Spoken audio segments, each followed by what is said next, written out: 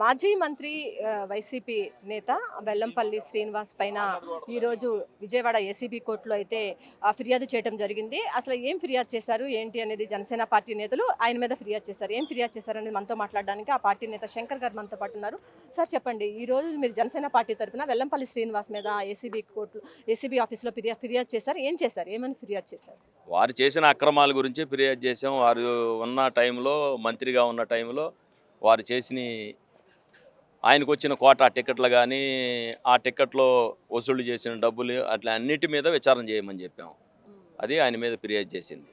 ఆయన ఉన్న సమయంలో, ఆయన దేవాదాయ మంత్రిగా ఉన్నప్పుడు అన్నీ దుర్గగుడిలో కానీ, తిరుమల తిరుపతి దేవస్థానంలో కానీ, అలాగే నెయ్యి వ్యవహారంలో, లడ్డు నెయ్యి వ్యవహారంలో బోలేబాబాకి ఈయనకు ఉన్న సంబంధాలు అవి కూడా కాల్ డేటా తీసి ప్రజలకు చెప్పమన్నాం. అది ఏసీబీ గారికి, అతుల్ సింగ్ గారికి ఫిర్యాదు చేయడం జరిగింది. అంటే తిరుమల తిరుపతి కల్తీ లడ్డు వ్యవహారంలో ఈ వెల్లంపల్లి శ్రీనివాస్ పాత్ర కూడా ఉందని జనసేన పార్టీ భావిస్తుందా? ఖచ్చితంగా. బోలేబాబా అంటే కల్తీ లడ్డు, కల్తీ నెయ్య, ఆయనకి ఈయనకు ఉన్న సంబంధాలనే బయట పెట్టమన్నాం. ఆయనకి ఈయనకి ఖచ్చితంగా సంబంధం, ఆయన కాల్ డేటా తీస్తే తెలిసిపోద్ది.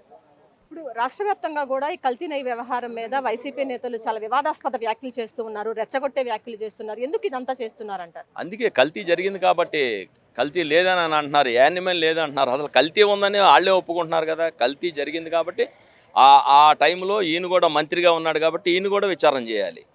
అధికారులకు మీరు ఫిర్యాదు చేశారు, ఏమన్నారు? వాళ్ళ దగ్గర నుంచి ఎలాంటి రెస్పాన్స్? ఖచ్చితంగా వాళ్ళు దీని మీద ఎంక్వైరీ చేసి అరెస్ట్ చేస్తామన్నారు.